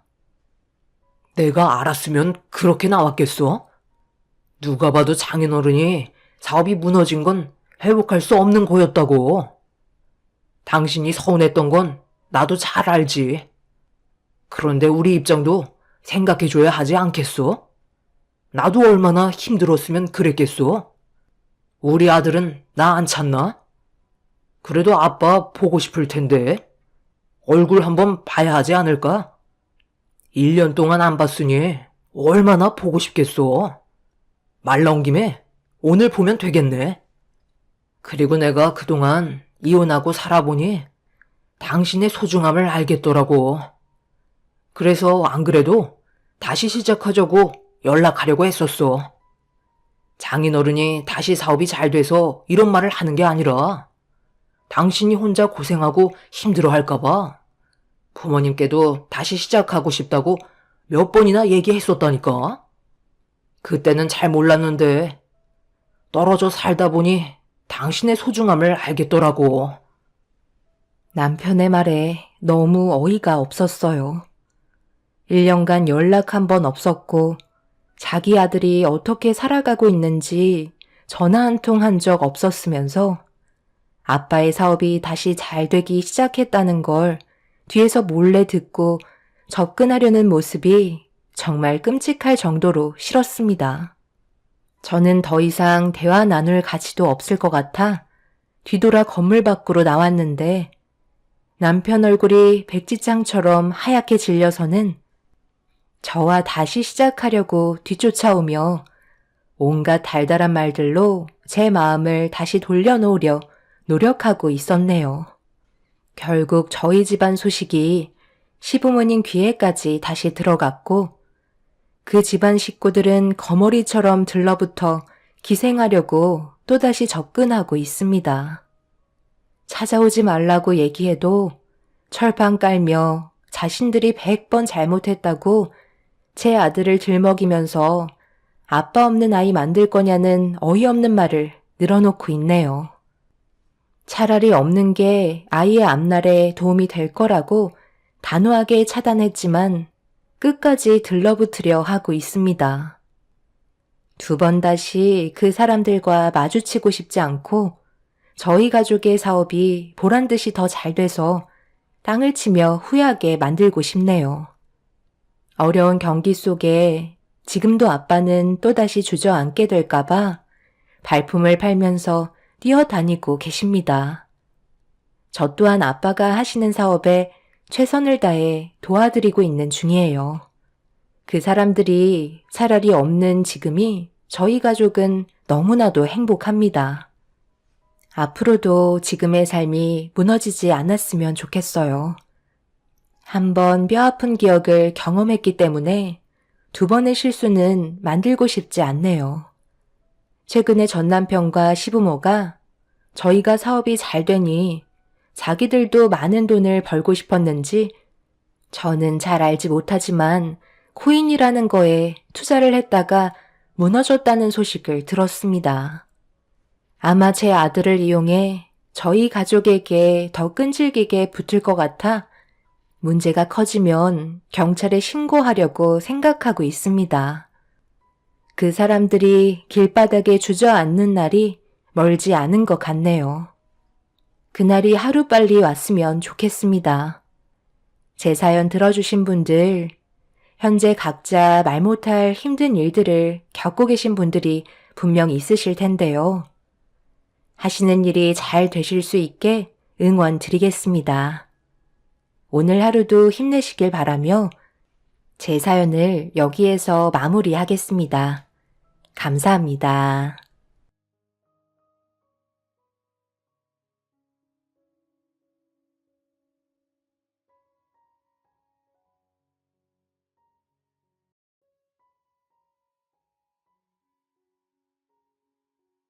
안녕하세요. 저는 나이 50대 후반의 여자입니다. 저도 이제 60을 바라볼 나이가 며칠 남지 않았네요.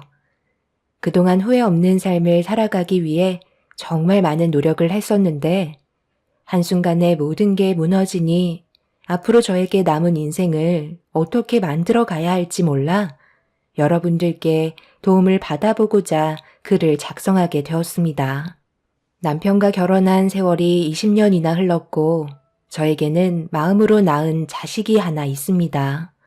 남편은 재혼이지만 저는 초혼이었죠. 그리고 그때 당시 10살 된 아이의 엄마로 살아가기 위해 많은 노력을 해왔었어요. 그때 당시 제 딸은 어느 정도 현실을 인정했지만 오랜 시간 걸리지 않고 엄마라는 말을 들을 수 있었습니다. 비록 배 아파 낳은 아이는 아니었지만 엄마의 역할을 담당하게 된 저는 불면 날아갈세라 해줄 수 있는 건 뭐든 다 해주면서 키웠었어요. 아무래도 친엄마가 아닌 새엄마이기 때문에 아이에게 눈치를 보게 되는 상황들도 덜어 있었고 여러 가지 부딪힐 수밖에 없는 경우도 있었지만 어른인 제가 언제나 배려하며 참고 넘어갔습니다. 그렇게 한 가족의 구성원이 되기 위해서 노력하며 살다 보니 어느새 20년이 흘러버리게 된 거였죠. 그런데 제 딸이 어렸을 때는 새엄마라는 걸 예민하게 받아들이지 않았었는데 고등학생이 되면서 저와의 거리를 두기 시작했어요. 그리고 성인이 되었을 때 가까이 갈 수 없는 벽 같은 게 생기자 그래서 이런 문제들을 남편과 진지하게 대화를 나눴었지만 딱히 해결되는 건 없었습니다. 시간이 지나면 자연스럽게 해결이 될 거라며 크게 문제 삼지 않았고 그런 남편의 모습이 서운하게 다가왔었죠. 분명 저를 부를 때는 엄마라곤 하는데 껍데기만 엄마이고 제가 할 수 있는 건 아무것도 없었습니다. 그저 집안의 가정부인 것 마냥 가사를 하는 것 외에는 제가 집에 있는 이유를 찾지 못했었어요. 저는 가까이 가려고 노력했지만 딸은 항상 거리를 지켰습니다. 그런 생활이 반복이 되면서 뭐가 문제인지도 모르는 상황들이 답답해 단둘이 대화할 수 있는 기회가 왔을 때 접근을 시도하려 해도 딸은 계속해서 피하기만 했었습니다. 그럴 때마다 저를 엄마라고 부르면서 쫓아다니던 옛날이 그리웠었죠. 항상 참아왔고 기다려주며 뭐든 들어주려 했던 제가 결국 폭발하면서 서운했던 감정을 딸에게 터뜨리게 되면서 위태로웠던 가정은 결국 무너지게 되어버렸죠. 그리고 딸이 왜 그동안 저에게 벽을 뒀는지 알 수 있었습니다. 지금 내 나이가 몇인데 아직까지 어렸을 때처럼 따르길 바라는 거예요? 그때는 제가 기댈 곳이 없으니까 어쩔 수 없이 엄마라고 하면서 따라다닌 거죠. 이제는 나 혼자 잘 살아갈 수 있는데 굳이 기댈 필요 없잖아요? 그래도 제가 아줌마라고 하는 것도 아니고 엄마라고 얘기해 주는데 그 정도면 고맙게 생각해 줘야 하는 거 아닌가요? 그러니까 너는 나를 예전부터 엄마로 받아들이지 않았다는 거네. 나만 착각하고 있었던 거지? 그동안 내가 얼마나 많은 시간을 희생했는지 모르는 것도 아니면서 꼭 그렇게 얘기해야 되는 거니? 나는 너를 정말 내 친딸로 생각하면서 최선을 다해 키웠는데 너는 나에 대해 진심이었던 적이 단 한 번도 없었던 거야? 솔직하게 얘기해봐. 너 무슨 문제라도 있는 거니? 아무 문제 없어요. 그저 저는 받아들이고 싶지 않을 뿐이에요. 그러니 더 이상 저에게 조금도 기대하지 마세요. 딸은 저를 단 한 번도 엄마라고 생각한 적이 없었다며 방으로 들어가 버렸어요. 저는 제 딸에게 진심을 봤었는데 모든 것들이 전부 거짓이라는 한마디에 그동안 딸과 행복했었던 모든 것들이 전부 무너지고 말았습니다. 딸은 집에 있는 게 싫었는지 옷을 갈아입고 밖으로 나가버렸고 홀로 남겨진 집에서 남편과 결혼을 하고 딸과 함께 하면서 행복했었던 순간들을 담은 사진첩을 바라보며 하염없이 눈물을 쏟아내고 말았습니다. 문제는 앞으로 함께 살아가야 할 날들이 많은데 계속해서 이런 관계를 유지하는 건 모두에게 불행이라 남편과 이 문제에 대해 확실하게 대화를 해야 할 것 같았어요. 그게 그렇게 중요한가? 나는 당연히 그럴 수 있다고 생각하는데 당신은 그동안 최선을 다해서 키웠다고 하지만 그래도 친딸이 아닌 건 변함이 없는 거잖아. 그러니 어쩔 수 있겠어? 그냥 이대로 살아갈 수밖에 없는 거지. 무슨 말을 그렇게 해? 교수라는 사람이 머릿속에서 나오는 생각이 그것 말곤 없는 거야? 최대한 좋은 관계를 유지하면서 살아가야 할 거 아니야. 우리가 지금 함께 살아온 세월이 20년이야. 그럼 서로 모르는 게 없을 만큼 가까운 사이인데 풀 수 있는 건 최대한 좋게 해결해서 좋은 관계를 유지하는 게 맞는 거 아니야? 그런데 당신이 하는 말은 너무 무책임하잖아. 내가 교수라고 해서 모든 걸 다 해결해 줘야 하는 건 어디서 나온 말이야? 이 문제는 내가 아닌 당신과 지영이가 해결해야 되는 거라고. 나는 도와줄 수 있는 게 아무것도 없다니까. 그래, 당신 말 잘했다. 20년 함께 살아왔으면서 아직까지 지영이 성격을 몰라?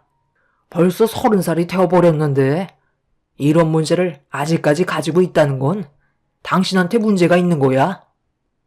지금까지 나는 엄마 역할을 하기 위해 뭐든 다 해줬고 간이며 쓸개며 다 빼줬다고 생각해.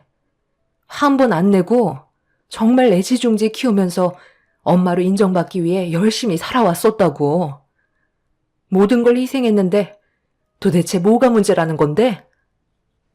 방금 얘기했잖아. 그래봤자 어차피 당신이 배 아파 낳은 자식이 아니기 때문에 친엄마로 인정받을 수 없는 거라고. 그때 나랑 결혼했을 때 지영이가 신생아도 아니고 10살이나 됐었다고. 벌써 알 거 다 아는 나이였는데 당신을 엄마라고 받아들이고 산다는 게 이상한 거지. 쓸데없이 예민하게 굴지 말고 그냥 물 흘러가는 듯 살면 되는 거야. 나중에 마음을 열겠지. 집안의 가장이란 사람이 어떻게 이런 무책임한 말을 할 수가 있어? 내가 힘들어서 지금 도움을 요청하는 거잖아. 도와줄 수 있는 게 나는 아무것도 없으니까 당신이 알아서 해. 지영이 성격 뻔히 알면서 나보고 어쩌라는 거야? 남편은 좋은 관계를 유지하고 싶은 저를 이해해주지 않았어요. 친딸이 아니기 때문에 절대로 가까워질 수 없다며 그만하길 원하고 있었습니다. 남편은 제가 생각했던 것보다 예민하게 반응을 하길래 많이 당황스러웠었지만 그래도 최대한 도움을 받고 싶었어요. 친아빠인 남편이 저 대신 대화를 해본다면 문제점을 해결할 수 있을 것 같았거든요. 하지만 남편은 저를 조금도 도와주지 않으려 하고 있었죠. 그런 태도가 너무 실망스럽게 다가왔고 그때부터 남편과도 안 좋은 관계가 되어버렸어요. 결국 제대로 된 해결책 하나 얻지 못한 채 서로 침묵하며 지내는 게 일상이 되었고 딸은 저를 대할 때와 다르게 남편과는 서로 웃으면서 행복한 관계를 유지하고 있었습니다. 한 공간에 지내면서 너무 멀게만 느껴지는 거리에 서러운 감정이 북받쳐 늦은 저녁 눈물을 흘린 적이 한두 번이 아니었어요. 그저 남편과 결혼했을 때 다른 거 하나 안 바라고 웃음이 끊이지 않고 행복한 날들만 상상했었는데 반대의 삶을 살고 있는 제 자신을 보니 너무 불쌍해 보였습니다. 제가 처음으로 이 집에 있어야 할 이유를 찾지 못했어요. 그래서 저도 모르게 일탈을 하고 싶었는지 한동안 집에 들어가지 않았습니다. 처음에는 남편이 이런 제가 걱정됐는지 며칠 전화 와서 집에 들어오라고 했었지만 어느 순간부터는 아예 전화 자체가 없더라고요.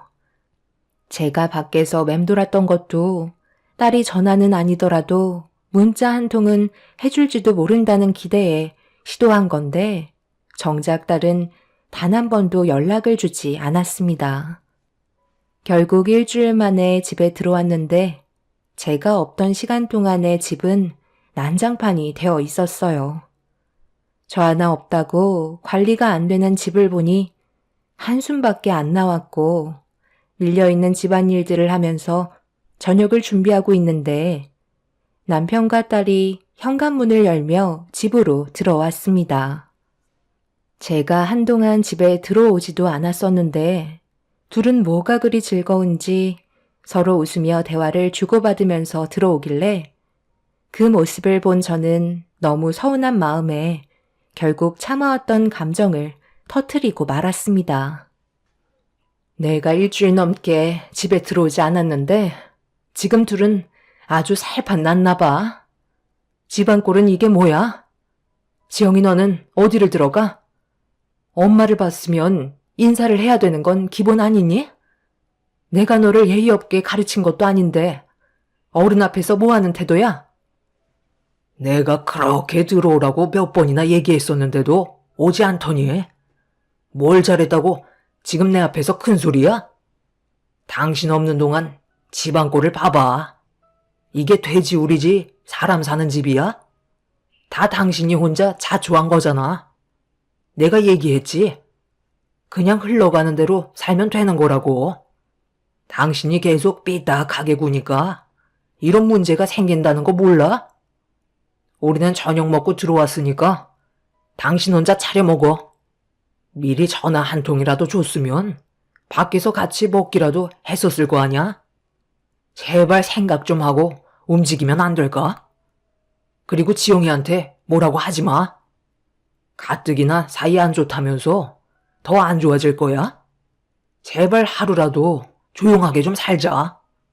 집에까지 와서 스트레스 받아야 되겠어?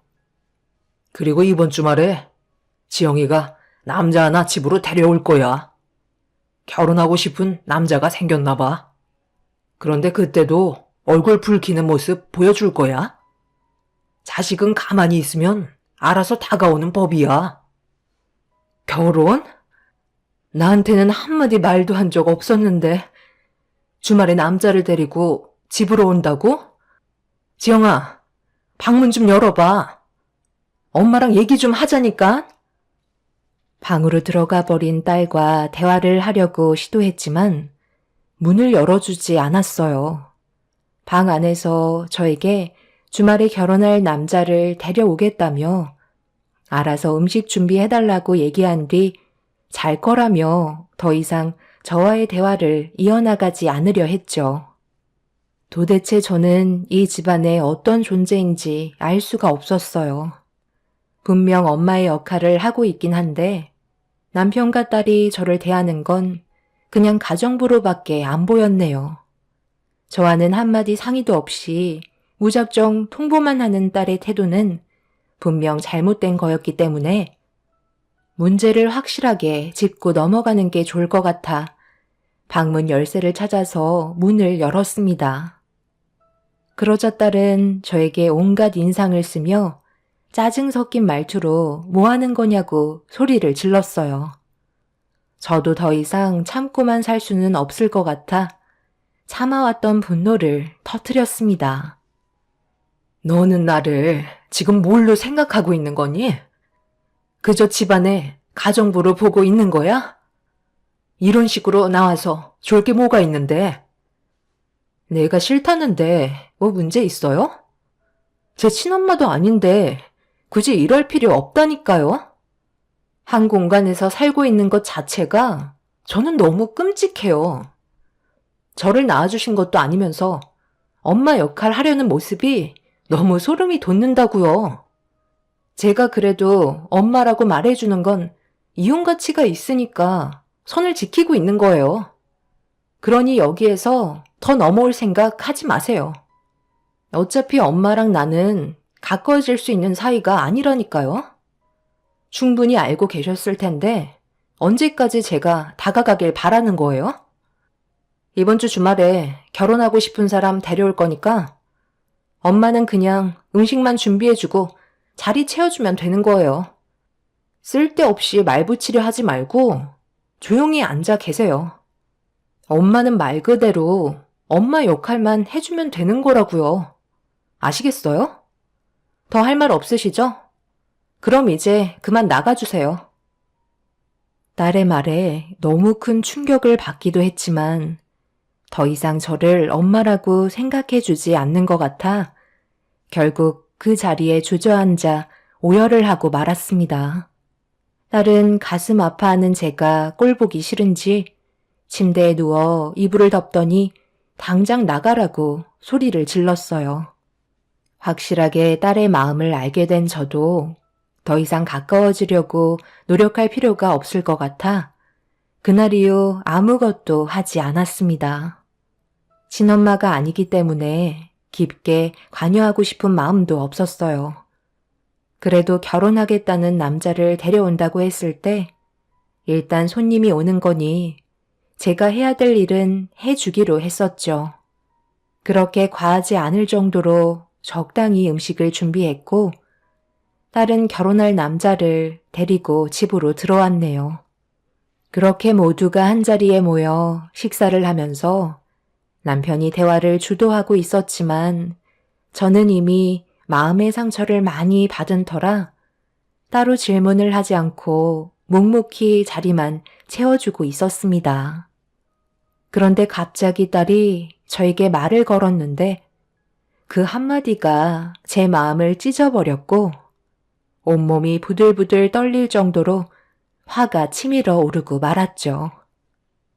아줌마, 앞에 음식 비어져 있는데 빨리 좀 채워주면 좋겠어요. 이런 건 말 안 해도 알아서 해줘야 하는 거 아닌가요? 너 지금 뭐라고 그랬니? 아줌마? 지금 나한테 아줌마라고 얘기한 거야? 지영아, 도대체 이렇게까지 하는 이유가 뭐야? 아줌마 맞잖아요. 아니에요? 저를 여태껏까지 키워주신 건 맞지만 그렇다고 이 자리에서 엄마라고 할 수는 없는 거잖아요? 안 그래요, 새아줌마? 뭘 그렇게 놀라신 듯 쳐다보세요. 틀린 말은 아니잖아요. 선우 씨, 내가 얘기했었지? 우리 아빠 좋다고 쫓아다니셔서 결국 결혼하셨다고. 내가 그래서 어렸을 때 얼마나 화가 많이 났었는데. 힘이 없으니까 어쩔 수 없이 엄마라고 부르며 살았었는데 그게 그렇게 좋았는지 지금까지 옛 추억에 빠져 사신다니까. 아줌마, 제 말 안 들려요? 음식 채워달라니까요. 딸의 말에 엄청난 충격을 받은 저는 끓어오르는 분노를 참지 못했었어요. 딸이 결혼하겠다고 데려온 남자 앞에서 최대한 좋은 모습 보여주려 했지만 이미 딸과 저는 더 이상 남보다 못한 사이가 되어버렸습니다. 이성을 잃어버리기 전에 자리에서 일어나 비어져 있던 접시에 음식을 덜어준 뒤 저 혼자 방으로 들어와 피눈물을 흘리고 말았네요. 그 자리에 계속 버티고 있었다면 저도 모르게 딸의 뺨에 손이 올라갔을 테고 더 큰 일이 벌어졌겠지만 저는 그런 상황을 원하지 않았기 때문에 서둘러 자리를 피하는 것뿐이었어요. 그렇게 방에서 그동안 살아온 세월의 시간을 후회하면서 화를 억누르고 있는데 주방에서는 서로 웃고 떠드는 목소리가 방에까지 새어 들어왔네요. 내 친딸이라고 생각하며 키워오면서 크게 바라는 것 없이 20년의 세월을 버티며 살아왔는데 저에게 남은 건 아무것도 없었습니다. 그저 그동안 무료 봉사한 것 같은 느낌이었어요. 한참 동안 웃고 떠들며 시간을 보낸 딸과 남편은 그 남자에게 서둘러 결혼하길 원했고 저 빼고 좋은 시간을 보냈는지 배웅까지 해주는 소리가 제 귀에 들려왔어요. 그렇게 예비 사위가 집 밖을 나가자마자 남편이 방으로 들어왔습니다. 지영이가 나한테 하는 말 들었으면서 어떻게 아무 말도 하지 않는 거야? 내가 얼마나 큰 상처를 받았는지 알 거 아니야?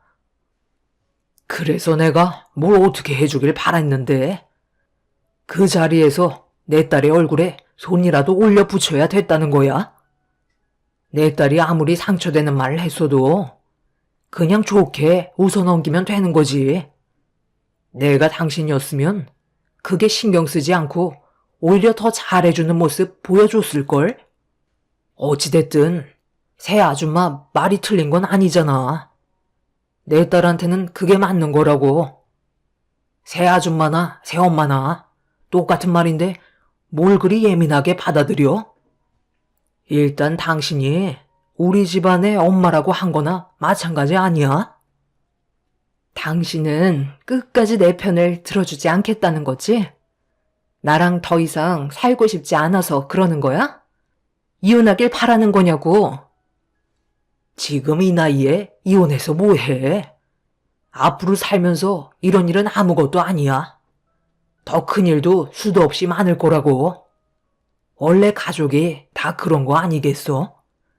상처되는 말 주고받기도 했다가 나중엔 다시 용서하고 사는 게 가족이지. 이런 걸로 너무 예민하게 받아들이지 마. 요즘 뭐만 하면 얼굴 붉히고 화를 내니까 내가 다 숨이 막힌다고. 오늘 일은 그냥 조용히 넘어가자. 남편은 저를 조금도 이해해 주려 하지 않았어요. 분명 딸이 잘못했는데 오히려 저를 더 안 좋은 시선으로 바라보고 있는 남편의 행동이 저를 더 화가 나게 만들어 더 이상 이 집에 살아갈 필요가 없을 것 같다고 느꼈습니다. 그래서 짐을 챙겼고 남편에게 이혼하는 게 좋을 것 같다고 얘기했어요. 관계가 조금도 좋아지지 않는 상태에서 오히려 더 악화만 되어가는데 저 혼자 미련하게 붙잡고 있는 것도 아닌 것 같아 그만하길 원하고 있는데 남편은 제가 이혼하자는 말에 갑자기 태도를 바꾸더니 자기가 딸에게 좋게 얘기해 보겠다며 갈라서는 건 또 싫다고 매달리길래 그 모습이 더 보고 싶지가 않아서 제 팔을 붙잡고 있는 남편을 뿌리치고 밖으로 나갔습니다. 저도 그동안 살면서 모든 걸 다 쏟아부었기 때문에 당연히 잃을 것도 많았지만 그렇다고 마음의 병을 계속 안고 살아가는 건 저를 위하는 길이 아니었기 때문에 별거하는 동안 정말 많은 생각을 한 뒤에 남편에게 결국 이혼 서류를 건네며 더 이상 인연을 만들지 않기로 결정하게 되었습니다. 남편은 제가 너무 극단적으로 나온다며 이혼 서류를 받지 않으려 하길래 집안에서 실랑이가 벌어지게 되었고 안 좋은 대화를 주고받고 있는데 소파 쿠션 밑에 무언가 반짝이는 종이 하나가 보이길래 제가 보면 안 될 걸 숨겨놓은 것 같은 느낌이 들어서 남편을 밀친 뒤 쿠션 밑에 있는 종이를 꺼내든 순간 남편의 얼굴에 손을 올려붙이고 말았습니다. 너무나도 큰 배신감은 제 눈에 눈물이 쏟아지게 만들었어요. 청첩장에 적혀있는 이 이름 뭐야? 왜 당신 이름만 들어가 있고 내 이름은 빠져 있는 건데? 지금 나랑 뭐 하자는 거냐고? 어떻게 내 이름이 들어가지 않고 당신 전처가 청첩장에 이름을 박아놨냐고. 언제부터야? 당신 나 몰래 전처 만나고 있었어? 내가 원해서 그런 게 아니라 지영이가 그렇게 하고 싶어 한 것뿐이라고. 친엄마가 결혼식에 참석하길 원한다는데 내가 그걸 막을 수는 없는 거잖아. 지영이의 의견을 존중해 줘야 한다고. 한 번뿐인 결혼식에 친엄마가 자리를 채워주길 바라는데 단칼에 거절할 수는 없는 거지. 그래서 하도 부탁하길래 어쩔 수 없이 허락해 준 것뿐이야. 나는 끝까지 반대했었다니까. 그래서 지금 당신 옆자리에 내가 아닌 전처를 앉히겠다는 거네. 20년간 당신 아내로 살아온 나는 그동안 껍데기에 불과했던 거야? 끝까지 가보겠다는 건데 정말 후회 안 할 자신 있지? 지영이 어딨어? 당장 집으로 들어오라고 전해. 그렇잖아도 아빠가 전화해서 들어왔어요. 저한테 무슨 할 말 있는 거예요? 손에 들고 있는 청첩장에 뭐 문제라도 있어요? 지금 그걸 말이라고 해? 내가 너희 친엄마보다 너를 키워준 시간이 훨씬 더 오래됐다는 거 너도 잘 알고 있으면서 도대체 나한테 왜 이러는 건데? 키워준 엄마보다 결국 낳아준 엄마라는 거니? 그래서 청첩장에 내 이름이 아니라 친엄마의 이름을 넣은 거고? 너는 정말 나를 단 한 번도 엄마라고 생각해 준 적이 없는 거구나? 너 마음 이걸로 충분히 알았으니까 우리 두 번 다시 엮이지 말자. 나도 더 이상 너를 찾지 않고 살 테니까 무슨 일이 있더라도 내 앞에 절대 나타나지 않았으면 좋겠다. 그래도 한 번뿐인 결혼식은 와 주셔야죠. 20년간 엄마 딸로 살아왔었는데 멀리에서 지켜볼 수는 있잖아요. 그리고 축의금은 잊지 마시고요. 식사도 하고 가세요. 꽤 비싼 음식들이라 버려지면 아깝잖아요. 엄마도 인원수에 포함은 시켰어요. 더는 남편과 딸의 얼굴을 보는 게 너무 힘이 들어 서둘러 집 밖으로 뛰쳐나왔어요. 그리고 청첩장에 박혀있던 전처의 이름은 저를 더욱더 분노하게 만들었습니다. 도저히 용서를 해줄 수 있는 상황이 아니었어요. 아무리 그래도 서로 간에 지켜야 할 도리가 있는 건데 딸과 남편은 상식 밖의 행동을 보여주었죠. 그날이요, 남편과 저는 이혼을 준비하게 되었어요. 저도 참아왔던 만큼 남편과 딸에게 똑같이 갚아주는 게 맞을 것 같아 결혼식 날 참석하게 되었고 멀리서 지켜보고 있는데 정말 전처가 남편 옆에서 결혼식을 축하해 주려고 찾아온 손님들을 맞이하고 있었습니다. 그 자리는 원래 제가 있어야 할 자리였지만 차라리 잘 됐다 싶었어요. 그래서 그 모습을 계속 주시하며 보고 있다가 예식 5분 전에 퀵 배달이 도착했고 신부 대기실로 들어가 전달을 해 주었어요. 그리고 잠시 뒤 딸의 비명소리가 예식장에 울려 퍼지면서 딸은 신부 대기실 문을 박차면서 밖으로 나왔어요. 그리고 주위를 두리번거리며 저를 찾고 있길래 모두가 모인 자리에서 딸 앞으로 다가갔습니다. 서류 봉투를 손에 들고 부들부들 떨고 있길래 무슨 할 말이 있냐고 물어보는 말에 딸은 갑자기 꼬리를 내리면서 자신의 잘못을 인정하고 있었네요. 하지만 이미 돌이킬 수 없을 만큼 너무 멀리 와버렸기 때문에 저도 딸과 남편을 용서해 줄 수 없었어요. 이제 와서 용서를 구한다고 달라지는 건 아무것도 없어. 내가 얘기했지?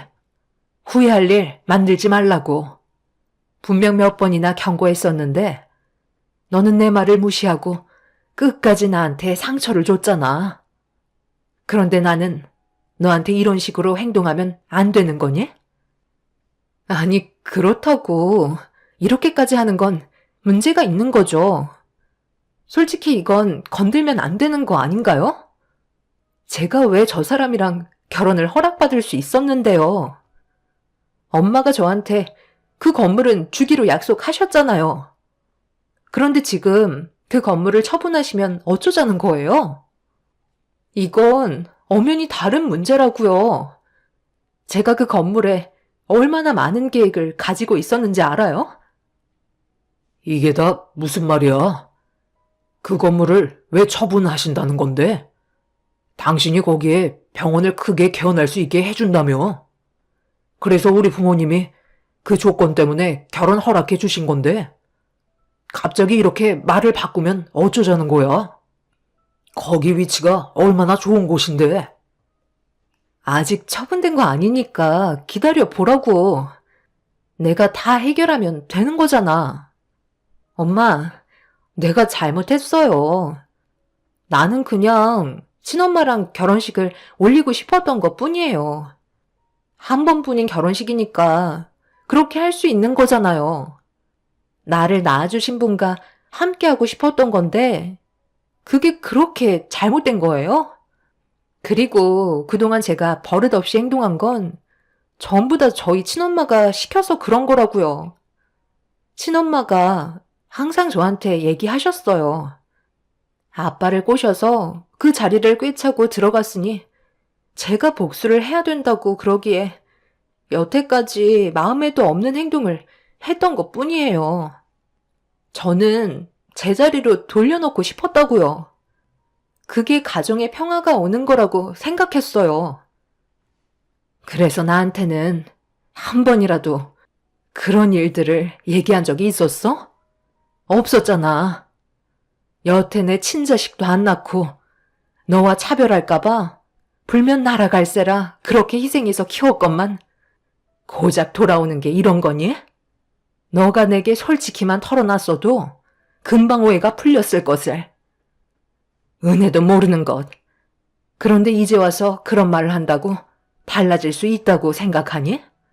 미안하지만 변명은 이미 늦었고, 그리고 내가 가진 모든 건 전부 다 회수해 가도록 하마. 내가 뭐가 부족해서 능력도 없는 교수직 너희 아빠 꼬시려 했겠니? 너희 아빠가 나를 밤낮 가리지 않고 쫓아다녀서 받아준 거다. 그런데 시간이 흐르면서 나에 대한 소중함을 모르는 너나 너희 아빠 행동을 더 이상 지켜볼 수가 없어서 전부 다 회수해 간다는 건데 그게 뭐 잘못됐다는 거니? 네가 그토록 원하는 친엄마랑 너희 아빠랑 오순도순 지지고 볶고 행복하게 잘 살아가렴. 딸은 저에게 애원하며 주기로 했던 건물은 줘야 한다고 애원하고 있었어요. 하지만 저는 더 이상 딸의 말을 들어주지 않았습니다.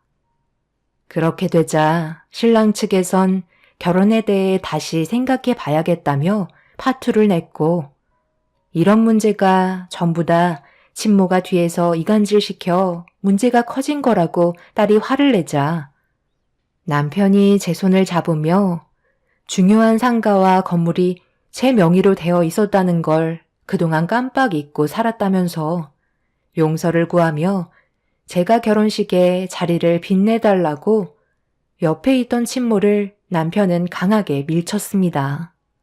그렇게 되자 친모는 남편의 행동에 화가 났는지 머리채를 잡으면서 난리를 치기 시작했어요. 한순간에 결혼식장은 아수라장이 되어버렸죠.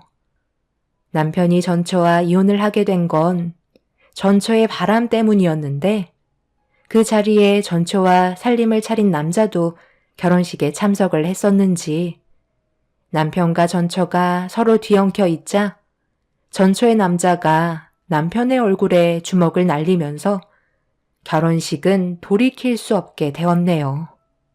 제가 원하는 그림은 아니었지만 제가 20년 동안 힘들게 이끌어왔던 가정이 한순간에 무너지게 되는 순간이었습니다.